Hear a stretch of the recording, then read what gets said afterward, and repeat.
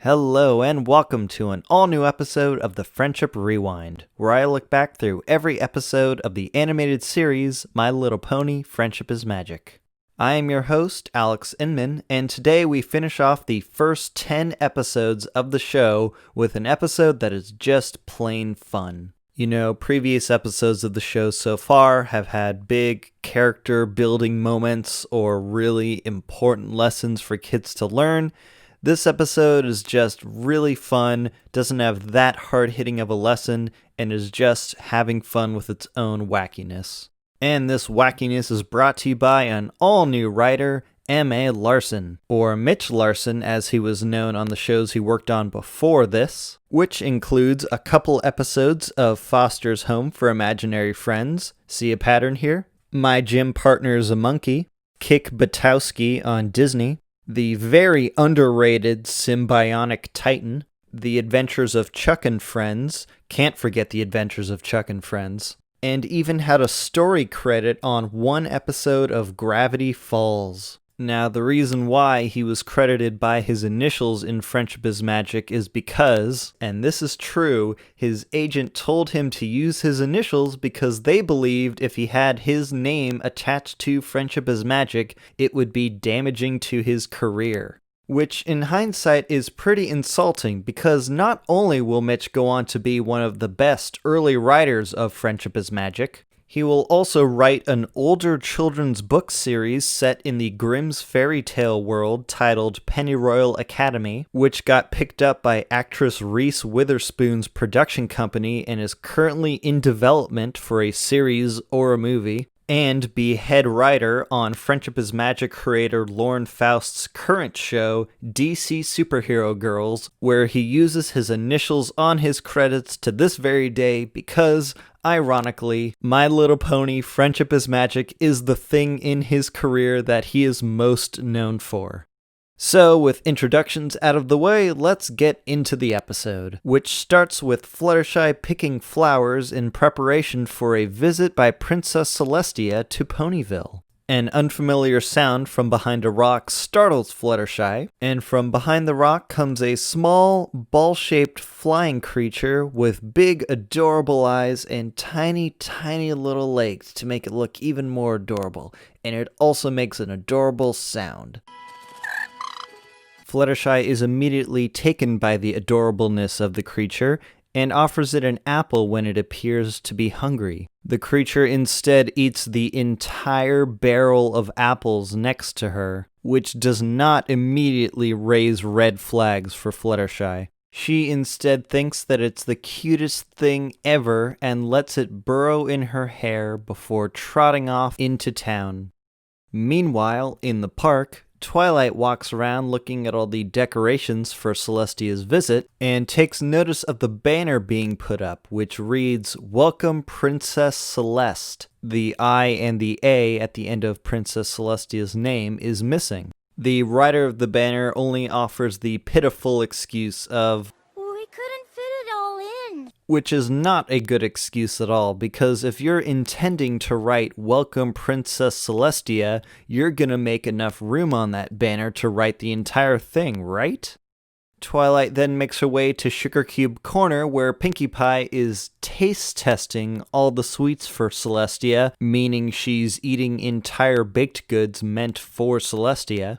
And that's when Fluttershy comes in to show her friends the creature she found. But in addition to that one creature, there are two more of similar colors that come out of her mane.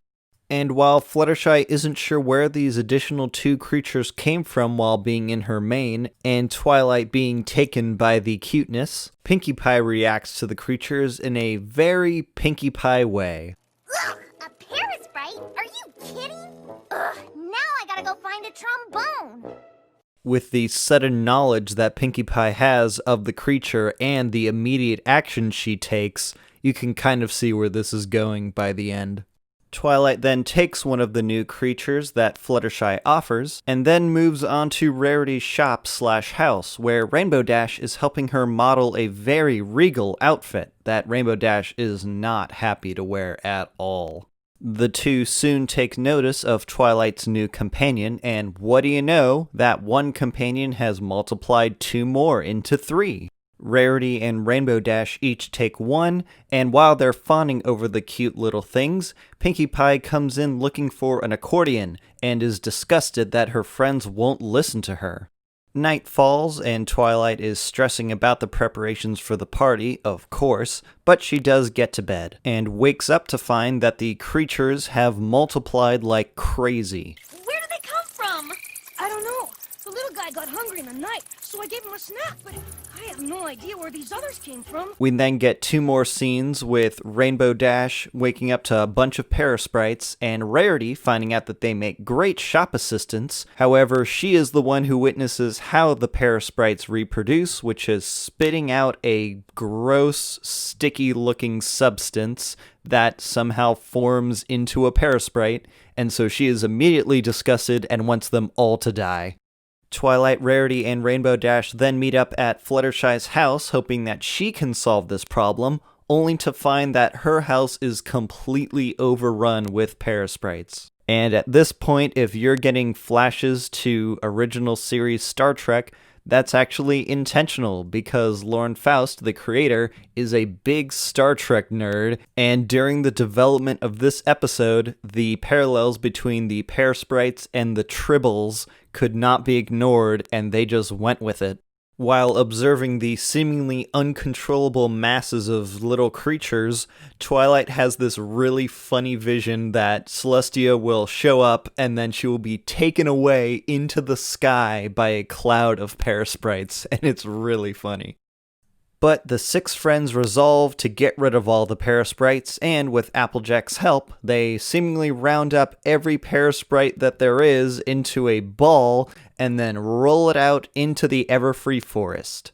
Unfortunately, Fluttershy, bless her heart, kept one Parasprite in her house, and so by the time they get back, the infestation has gone all the way back up again. So, for their next plan, Rainbow Dash uses her weather skills to create a tornado and scoop up all of the Parasprites, and it does work, but then Pinkie Pie comes by with some symbols because she has been continuously gathering up instruments throughout this episode, and they get caught up in the tornado, which trips up Rainbow Dash and causes the tornado to get out of control and dump all of the Parasprites out into Ponyville proper. So now the Parasprites are in the town and eating all the food that's in sight. And then Twilight has the idea to cast a spell to make them stop eating all the food. However, magic is operating in a literal sense, so while the Parasprites no longer eat food, they now eat everything but food. So that is benches, signs, light poles, even entire carts, except the food in them. They also get into Rarity's shop and eat up all of her dresses to her grave shock. And they even go out and eat the entire big barn on the Apple family farm. Twilight quickly brings a Parasprite to Zikora's hut to see if she can do anything at all, but Zikora cannot. Oh, monster of so little size. Is that a Parasprite before my eyes? Tales of crops and harvests consumed. If these creatures are in Ponyville, you're doomed. And so, with the situation now completely chaotic and out of control, Twilight hits her breaking point. Okay, here's the plan. Rainbow Dash, you distract them. Good! Everyone else, we need to build an exact copy of Ponyville right over there. We've got less than a minute! But then, from the distance, comes Twilight's savior. No, the princess's procession is here. It's all over!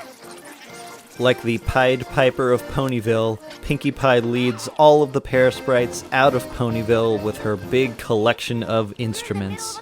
And just in time, as Princess Celestia arrives outside of town, right as the Parasprites come hopping by.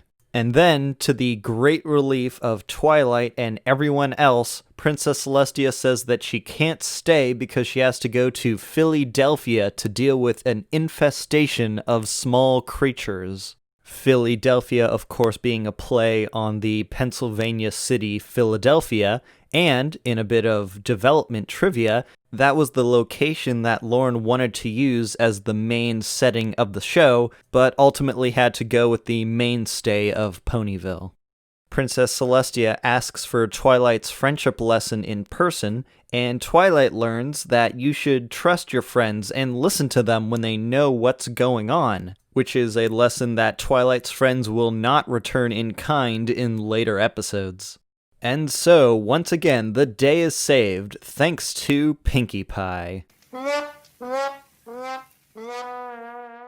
Looking back on the episode now, it's kind of surprising about how just straightforward the episode is. There's no big character emotional moments. It's just great, wonderful chaos, which is what the show really prides itself on, that cartooniness and outlandish stuff. And so that's what I think about the episode, and I would of course love to hear what you think about it. You can tweet at me at InmanAlex, INMANALEX. Please keep leaving reviews and ratings and comments on whatever platform you're listening to the Friendship Rewind on. And you can listen to the Friendship Rewind on YouTube, Apple, Spotify, Anchor, pretty much everywhere that you can listen to podcasts. There will not be full episodes for the next 2 weeks due to winter holidays and the new year, but I do have a little something I'm getting together to put up during those 2 weeks to bridge that gap. So, happy Hanukkah, happy Kwanzaa, happy Christmas, happy Festivus, hearts warming, everything. Thank you everyone so much for listening, and I will be back with more of the Friendship Rewind.